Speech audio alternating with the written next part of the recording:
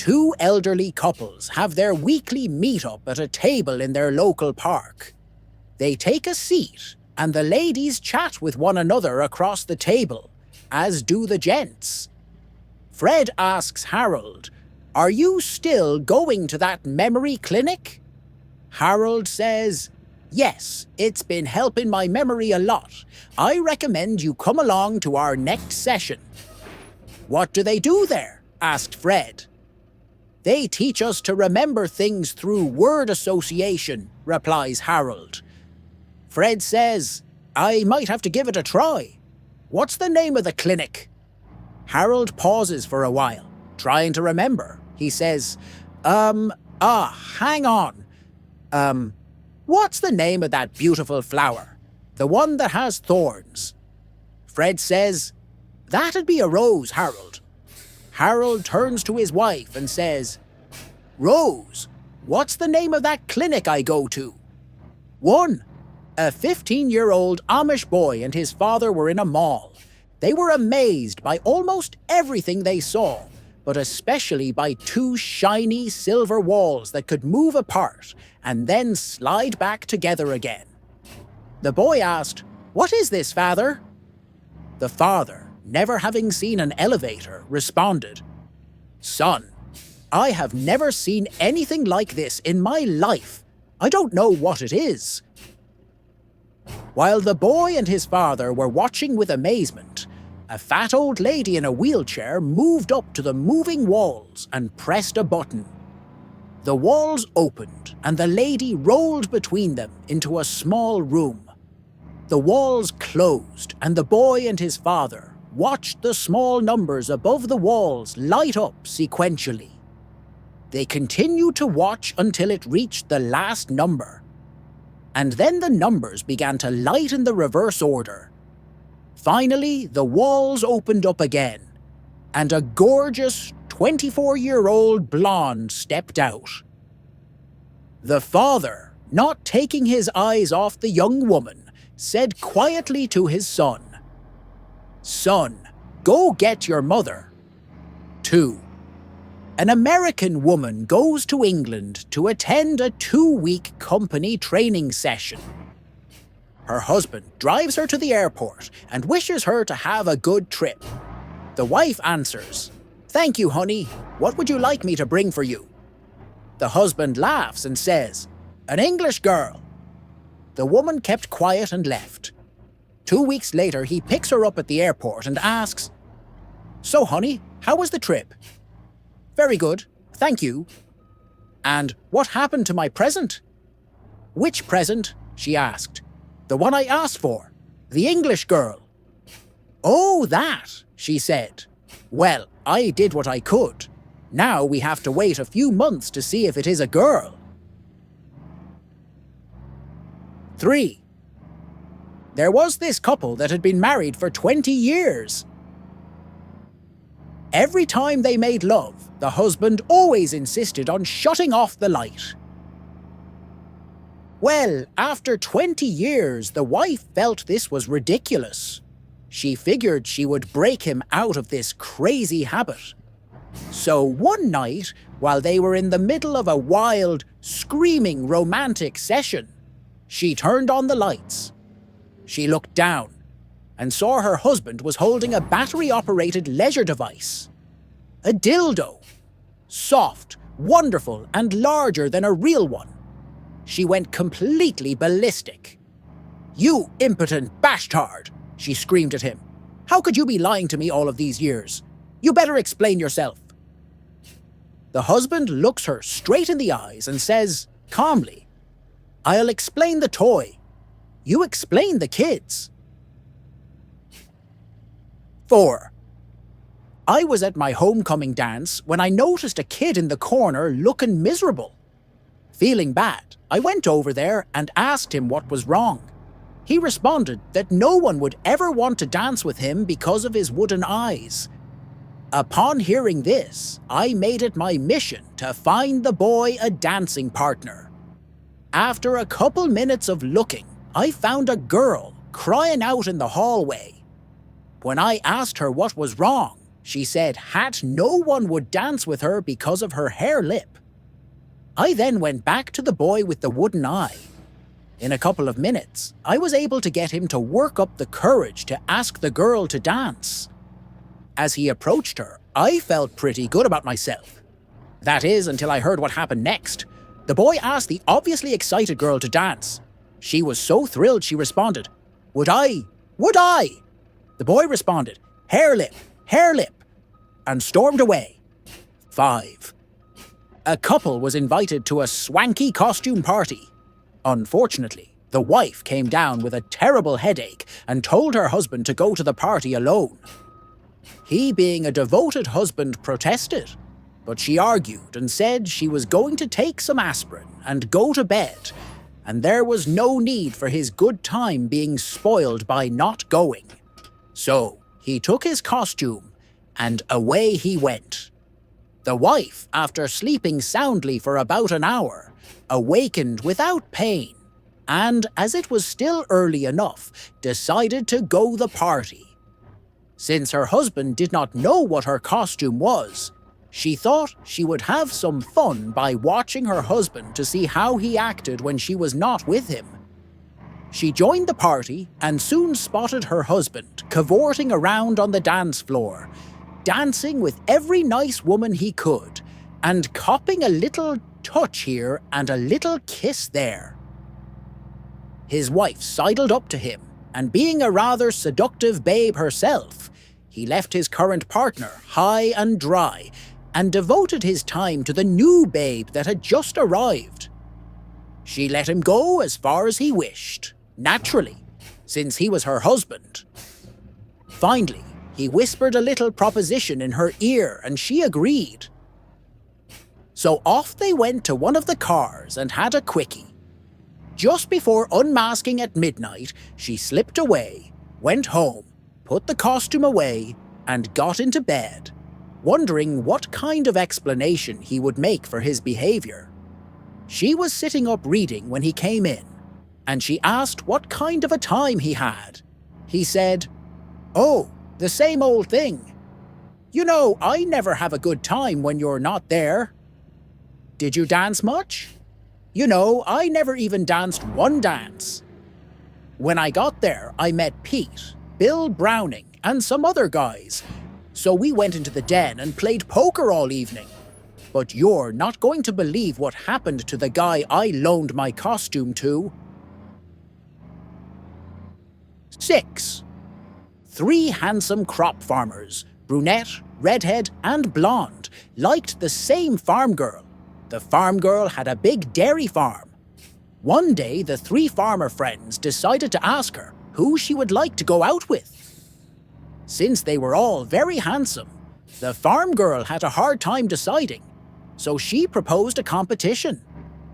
She gave each one a 20-gallon bucket and told them whoever can get the most milk from one of my cows can date me. That seemed fair. So Brunette went first and came back after 1 hour with 5 gallons of milk. "That's all I can get from one cow," he said. The redhead went next, and after 2 hours brought back 7 gallons of milk. The blonde really wanted to win this, so he went looking for the largest cow.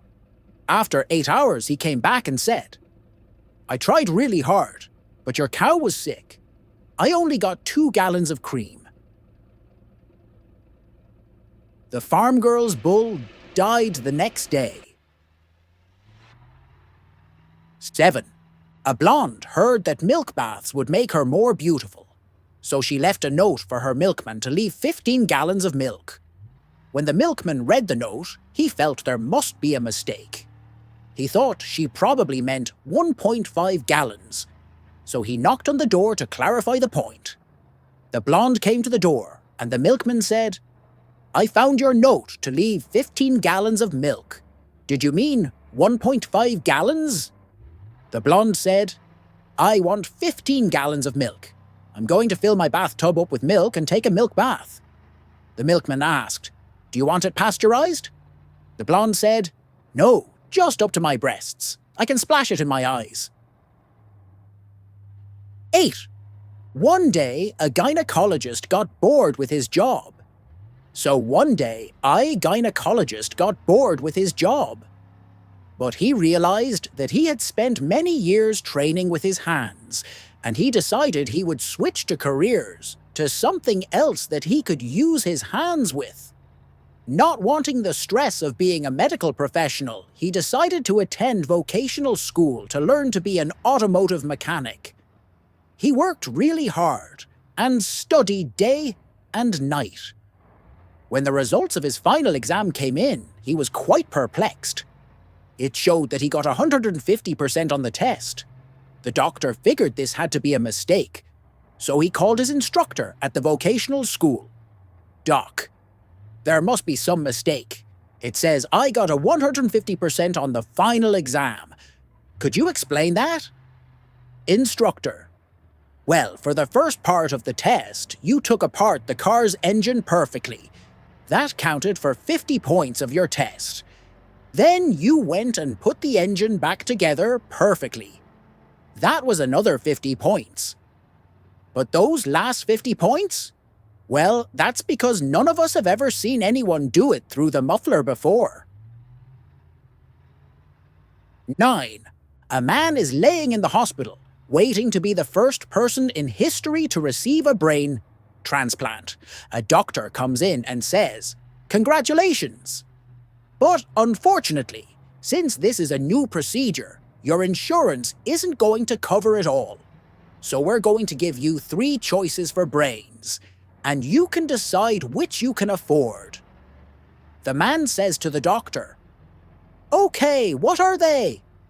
The doctor says, "Well, first there's the engineer brain. That's $100 an ounce. Then there's the astrophysicist brain.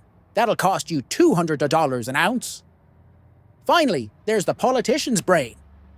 That's the most expensive at $1,000 an ounce." The man looks at the doctor, surprised.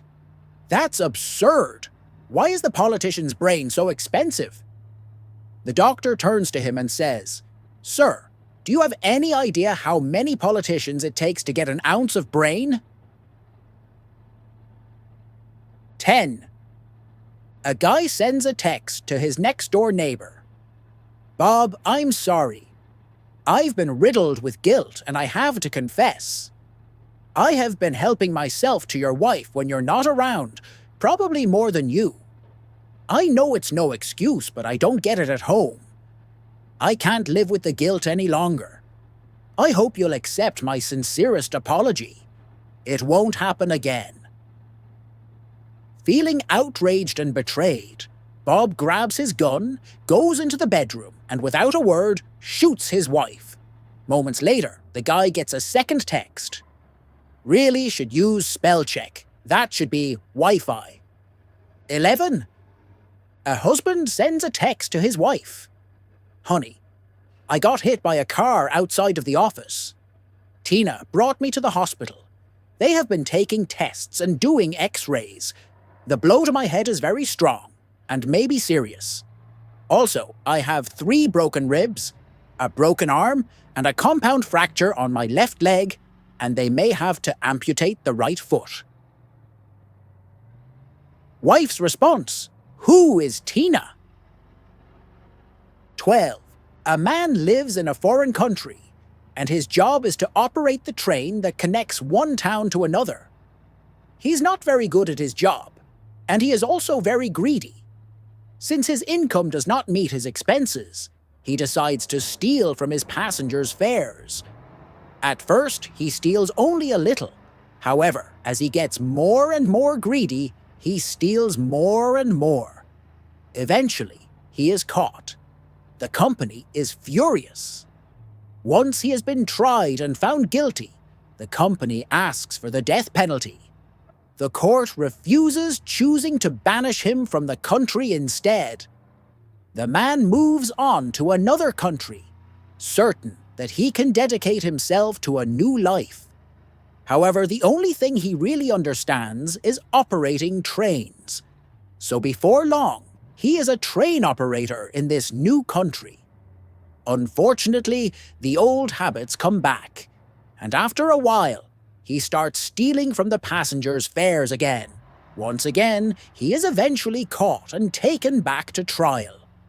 Once he is found guilty, the judge says he sees no hope for reform, since this is the second time the man has been caught doing this. Thus, the judge sentences the man to death. On the day of execution, the man is placed in the electric chair, and the chair is turned on. Much to the surprise of everyone there, the man is not even hurt. He just sits there, as if nothing is happening. The instrument panel says that the electric chair is working, but the man is completely unaffected. The chair is turned off and on several more times, but the man doesn't even flinch. Finally, one of the guards asks the man why the electric chair isn't hurting him, and the man replies, "Well, I've always been a really poor conductor." 13. The middle-aged couple had finally learned how to send and receive texts on their cell phones. The wife, being a romantic at heart, decided one day that she'd send her husband a text while she was out of the house having coffee with a friend. She texted, "If you are sleeping, send me your dreams. If you are laughing, send me your smile. If you are eating, send me a bite. If you are drinking, send me a sip. If you are crying, send me your tears. I love you." The husband, being a no-nonsense sort of guy, texted back, "I'm on the toilet. Please advise." 14.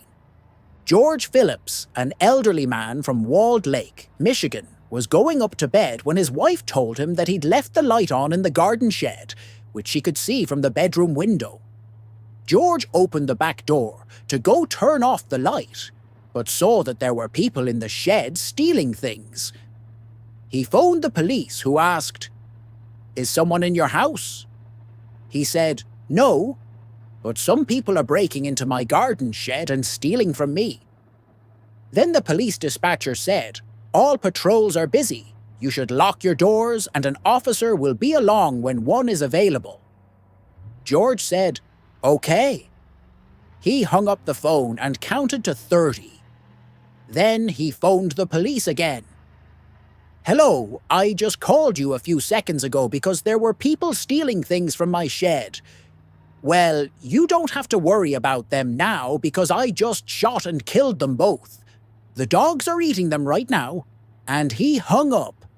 Within 5 minutes, 6 police cars, a SWAT team, a helicopter, 2 fire trucks, a paramedic, and an ambulance showed up at the Phillips residence and caught the burglars red-handed. One of the policemen said to George, "I thought you said that you'd shot them." George said, "I thought you said there was nobody available." 15. A woman found out her husband was cheating, so she grabbed a large knife, intending to cut off his sis while he slept. She lifted the blanket and raised the knife over her head, but as she swung it down, he moved slightly, and she ended up chopping off his leg instead. The husband called the police, and they arrested her for assault and attempted murder. But given all the circumstances, the judge decided that she was only guilty of a misdemeanor. 16. My first attempt at writing a joke. Please take it easy on me. A man walks into a candy shop. As he is perusing around the shop, he notices the shopkeep waving him over to the counter. Not sure what he's really looking for, he makes his way over to the counter to see if the shopkeep can be of any assistance. Man: I'm not quite sure what I'm looking for. Nothing has really caught my eye quite yet. SK: Well, we have all kinds of wonderful products, but to me it looks like you are a man of sophistication and great taste. And I think I have a new product that could be perfect for you, sent here personally by Mr. Wonka just today. Man: Mr. Wonka, you say you have my attention. SK: He noticed that Laffy Taffy was only bringing joy to the younger customers, so he developed a mint with a nice calming flavour. And while it's dissolving in your mouth, it tells you a joke. Man, that actually sounds pretty nice. I haven't heard a decent joke in a while, SK. Why don't I let you try a few to see what you think? The man puts one in his mouth and starts to smile. And by the end of the mint, he's letting out a decent laugh. Man, that wasn't half bad. May I try another? SSK, be my guest. As the second dissolves in the man's mouth, he is almost in tears from laughing, and he can barely catch his breath.